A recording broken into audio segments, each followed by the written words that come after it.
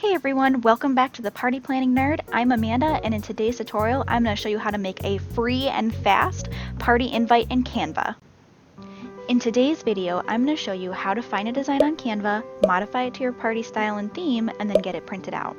So in the first step, we're going to use Canva, which you can go to canva.com and you can scroll down and there's all different kinds of options. It's a great tool. It's a little bit limited in what clip art and designs you can use, but there are ways to work around that if you need to. But what we're going to do is try to go for a totally free option, a totally free design in Canva. We're going to come down to the Flyers section, and I can see, even looking here, the goal right now is not necessarily to find something that's perfectly going to fit color, style, or even text-wise, but just to look for general designs and patterns that we like. So coming down to the Flyers, I can see there's some leaves and some greenery that might fit in pretty well with our sloth theme. I'm not crazy about the font choice, but the general design's pretty solid, and you could probably put some sloth clip art in here, make it look really cute. I'm gonna go through and just see there's not a whole lot, so let's go to the whole Flyers page, and we're just going to scroll down a little bit, see if we can find anything interesting. This one might be a good choice. It's brown and orange, which is definitely not our color theme, but the hand-drawn leaves are really nice, and it's got a nice layout. It's got the date and time and location on here, which is one thing that we're looking for in our design. Now the fonts, everything else can change, the colors can change on Canva, so we're really just looking at the design. That might be a good option for us. I like to open it in a new tab and then keep scrolling, see if I find anything else I like. Okay, look down here. These are actually some really good options. Color palette's not too far off from where we want to be either. You can see this is We're Back in Business, probably COVID related, but the general design's pretty nice. I do like the offset, so I'm gonna open this one as well. This one, it's got some layered leaves on it, not too bad. The colors are just okay, and there's a lot of text on it. I'm not quite sure that I necessarily like the overall design of this one. I think I'm just gonna skip it. Ooh, see, look down here. Monstera leaves. These are actually the leaves we were looking at in the sloth budget video for the foil pattern napkins that we were looking at. This would be a great option. And again, we're not necessarily looking for something that has a sloth on it. Canva has an amazing library of clip art, and even if you couldn't find anything on Canva, you might be able to find something on Etsy and then import it into Canva to use if you wanted to. Or you could find clip art that's generally license-free and available. These are kind of cool. I kind of like the movement of the leaves and of the flowers. It kind of reminds me of the sloths that hang down from the branches. These leaves look pretty nice. And I don't spend too much time because, like I said, we already found like 3-4 ones that are great. There was one that I thought I saw earlier that I think I want to try. This one wouldn't be a bad one. I like the little bubbles. Those look kind of cool.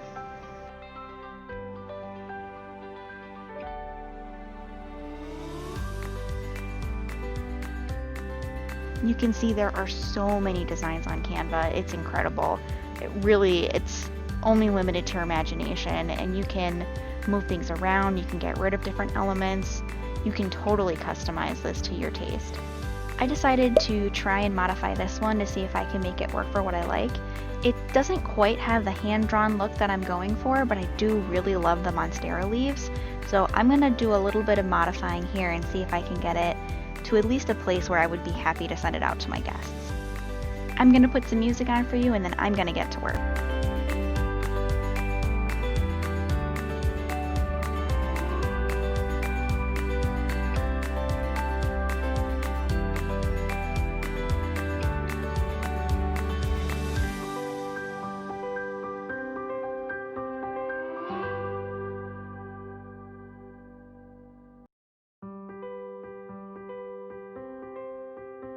You can see I'm struggling a little bit right now with what kind of verbiage I want to put in here. This is where I really like to steal the best ideas on the internet, which is going to either Pinterest or Etsy and coming up with ideas for what kind of verbiage I could put there. I'm probably going to go with something a little cheesy because it's a first birthday party for a little kid and it doesn't have to be too sharp or professional.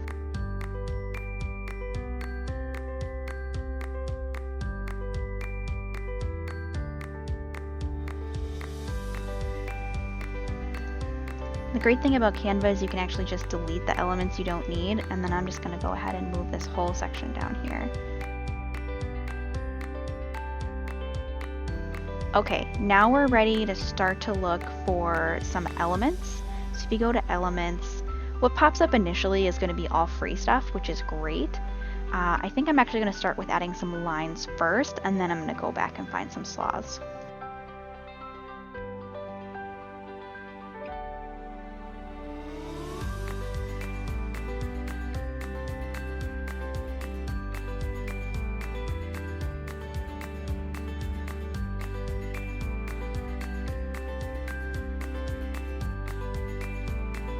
Okay, if you pause really quick, this is one of the great things about Canva is you can just click on the color and then you can modify it from here. And I think I'm actually going to go try to incorporate some of that brown that we were going to go for.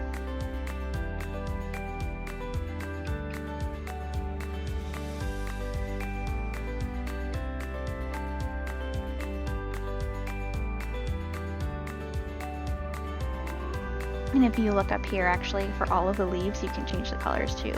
So if instead of wanting like this really dark green, you can actually go back and make it like a light green and kind of mix it up a little bit. You're going to see now that I'm going to start to bring in some new elements with new colors. I'm going to start to resize them and make sure they're appropriate. And I'm also going to start to make sure that they're rotated in the correct direction. I'll start flipping things around.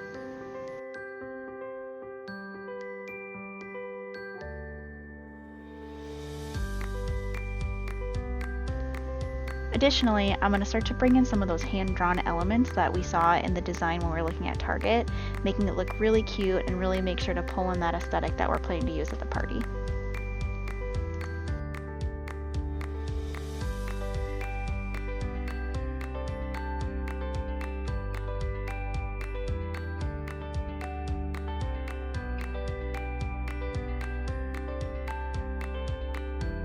At this point, I end up actually finding this really cute flower, and I'm not sure where to fit it into the design.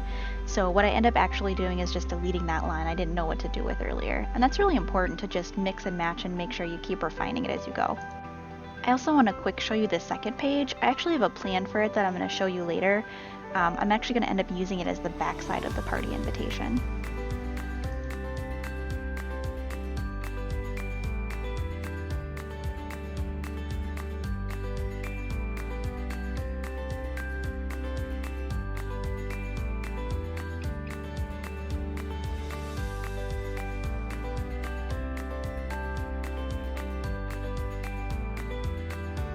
At this point, I'm feeling pretty good about my design, so I'm gonna go and start looking for the sloths. And I gotta say it, guys, they are just so cute. One thing to look out for is making sure you only use the free clip art. So we're gonna go through and we're gonna find our first guy. I'm gonna keep looking because I'm not very excited about him, but there's plenty of clip art out there. This little buddy looks like he's much closer to my idea of a hand-drawn sloth, but you can see the colors, I don't really like them. So at this point, I'm going to start to mess around with his placement, and then we're going to go ahead and start to update his colors. You can see I'm playing around with the location a little bit. I like to try both ways normally, and the nice thing is with the grouping, you can just nudge it up or down and then determine where you really want him to stay. Now we're going to update his colors, and my goal here really is just to try and get him to match the plate we saw at Target. Okay, I did a little bit of work on him. I didn't want you to have to watch all of it. So here's the plate that we saw at Target, and now here's my sloth. You'll notice that in the sloth on the invitation, I did add some of that blue just to try to tie it back together because the plate doesn't have that dark blue, but I'm probably going to try to incorporate it. And from here on out, I'm just going to be doing some fine tuning.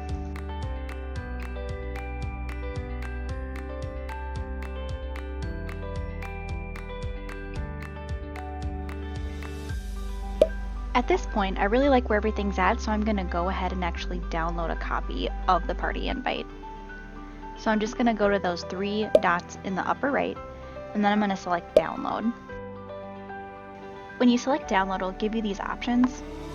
It'll recommend the PDF because it's double-sided, but remember, we only actually worked on one side for now, and I want to get it out of there and kind of see what it looks like outside of Canva, because this is a smaller version. So what I'm going to do is I'm actually going to change it to a PNG, and then I'm going to change all pages to just the front, and then I'm going to hit download. And it's going to give us this nice loading screen, and then we've got it. If you were paying close attention in the last clip, you probably had already noticed that I did make some changes before I downloaded it, but I was trying to be sneaky. So I'm going to show you what I did, and then I'm going to tell you one more thing you can do in Canva that's pretty darn cool. So on here I didn't really change too much, I just modified the RSVP color to be a slightly darker blue, but one that wasn't too distracting. I also changed the font because I don't really like it when the font is the same on the entire invitation. And then the biggest change is I did go ahead and make that back. So what I ended up doing was just adding some more leaves, trying to get all the colors incorporated, added a few new flourishes, and then of course a newborn photo of our son. This is Addie when he was a newborn. He was so tiny, 6 pounds, 6 ounces, and he actually ended up spending 2 weeks in the NICU, so we were so happy to get him home and take newborn photos. I probably wouldn't have done the entire back, except I noticed 2 really neat things in Canva that I wanted to show you. If you go up to your 3 dots again, you'll notice that there's actually a print section. And in this print section, you can switch your flyer over to a card. So I did that, I made it a card, and what it's going to do is it's going to prompt you to make sure that everything will still fit when it shrinks it down to a 5x7 size. 5x7, in my opinion, is definitely the best size for a photo card invite. And then the cool thing is when you hit print, it will actually bring up the ability for you to buy a whole bunch of copies. So 50 copies for $27 is a very good deal. I probably wouldn't buy their envelopes because I can either make or I can find them less expensive than $8, and I have tons and tons and tons of them left over that fit a 5x7 card from Costco. The one thing I would do is I'd go through and I'd make sure that you have everything you want. I would probably end up going with the deluxe paper because I like a nice thick card, and I would pick both a front and back. The double-sided is actually no more expensive than the single-sided. I tried and it didn't save any money. So then what I do is, you saw we're at most going to have 25 people coming, which means we're probably going to only need 10 to 25 copies. So I'd put in 25, and then for 25 copies, it's $25. And you actually can get free shipping on this as well. So it's a very, very good deal to get a double-sided photo card. Now, in the future, I'm going to show you how I do pretty much the same thing, but at Costco. But this is a great route, especially since you've already built it in Canva. It's nice to support Canva because they basically give you all these free tools, and it's always good to give back. This is so convenient, so easy, and it's worthwhile to give them a little something back in return. That's it for today. I hope you enjoyed this tutorial. Please like, comment, and subscribe, and I'll be back with another one soon.